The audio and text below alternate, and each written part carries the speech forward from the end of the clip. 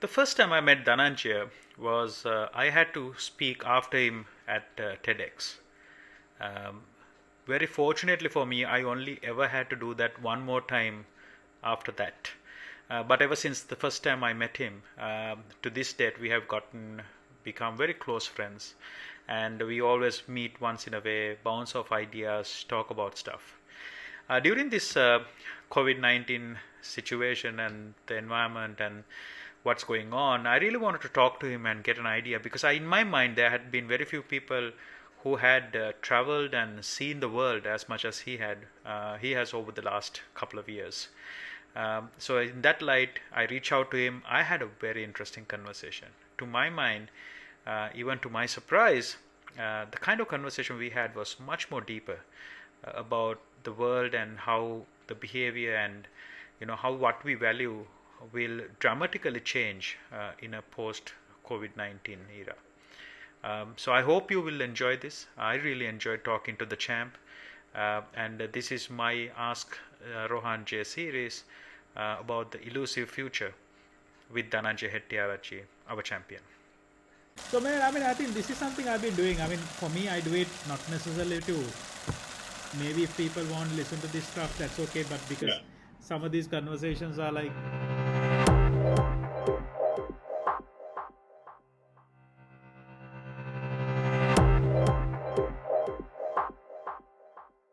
So one of the things I try to stay away in these kind of chats is to talk about politics and stuff, all of that, right?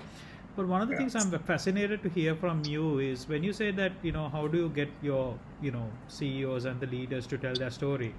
What is your actual assessment of the situation, like in terms of our leadership, corporate leadership, and how they responded to this? Because for me, yesterday something weird happened. Someone called me up and said, might nominate a good crisis communicator, like a guy who did a good crisis management. And weirdly, I couldn't come up with anyone. Am I wrong to assume that? No, I think you're right. I think, when you look at leaders, around the world, you can broadly categorize them into three buckets, right? So there are a group of leaders that intuitively know what to do. Right. It's like how some CEOs know where the money is before you actually get to the money. They got a nose for it. Right. Yeah. And what happens is all the academics then follow that CEO and try to put that into a system. Right. But in fact, it's just a gut. They just know. Right. Okay.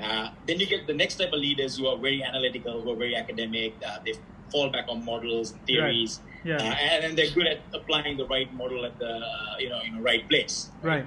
And then you get the next set of leaders who rode a wave, some form of a wave. Let's say people who rode the wave in 2008 after the economic crash.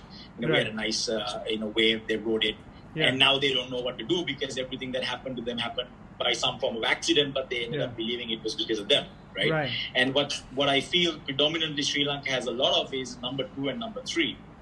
And and because of that, there is a lot of indecisiveness. They don't know what to say, what to do, because it's just not in them from some form of way. So I'm going to put you on the spot, man. I'm going to ask you some questions, and I know that you have a kind of you want to make sure that you kind of thread carefully at certain answers. So feel free if you want to, right? So like one of the things I struggle with, I just turned. I'm 41 now, right? One of the things I feel is that we are like at least I feel you're younger than me. So for me, I feel like I'm the lost generation. The reason why I feel lost generation is because 30 years we had the war. Right.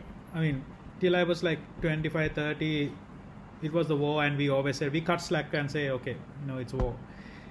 And then of course, it almost like when it comes to corporate leadership, it kind of skipped our generation, because we were like, today if I look at it, most of the organizations, obviously nepotism is a way of life here.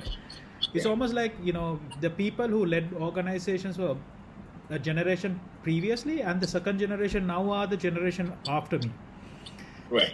So for me, that is one of the things I'm struggled with. I'm not saying there aren't other leaders, for sure. Yeah. But what do you feel about this there's quite a lot of places where there's sons and daughters and uncles and aunts and kind of privilege, but it's a meritocracy is really lacking in this country. Is that a fair assessment? Is that a judgment I'm wrong or right to say? Is that the way the world is? I think you're right partially, right? I mean, if you take away kind of let's take out the corporate angle of it, right? And so what is the leader supposed to do? Leader is supposed to herd people and take them to prosperity. Right. So Moses did it. King Solomon did it. Lord Buddha did it. Across the epochs of time, irrespective of the context, leaders lead people to prosperity. Right. Now, what really needs to happen is we need to kind of define what that prosperity is. Right. People need to redefine what that prosperity is. They need to come to a common place as to what it is. And then we need to have people bold enough to lead them to that prosperity, right? And if you look at where we are right now, we are just living the Maslow's hierarchy experiment from bottom to up, right? Right. For the first week of the quarantine, it was just about food and safety, right? Now that we've got supply chain sorted out. Supply chain sorted out. We are reaching out to people on Zoom. Our social needs, they're kind of getting met. So basically, what people need to do is just fall back and figure out how do we get the basics to the people that we are leading, and then build a new social structure for them to get the other needs sorted out. So the thing is, we try to complicate. Like a lot of companies today, the buzzword is we need to innovate, right? We need to redefine, right? We need to go grab the opportunity. Right. But the truth is, if your company doesn't have a nimble culture, you're not going to innovate. You're going to burn people out doing that, right? Sometimes in a crisis like this, it's good to go back to basics. Sometimes it may be just to augment something that you have. So the problem is our leaders that we have today are so caught up in a narrative that is not suiting them properly, right? They are in some form of way unable to figure out what their next decision is, because they're not figuring out what that narrative, what that prosperity needs to be for people. Is it because we genuinely, even though we call them leaders, they're just glorified managers and they really lack the actual leadership? Because if you the examples you mentioned, like King Solomon and Lord Buddha, there were people who kind of drove a kind of behavioral change in the people to go to something and do something that was so phenomenal, so different, that didn't exist in the world.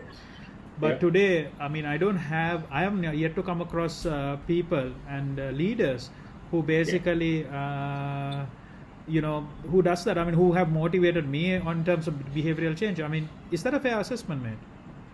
I think it is. It was easier back in the day because leaders had a concrete understanding of what the truth was, right? So there was a shared value system. There was a shared understanding as what the truth is. And today we live in an age where the truth is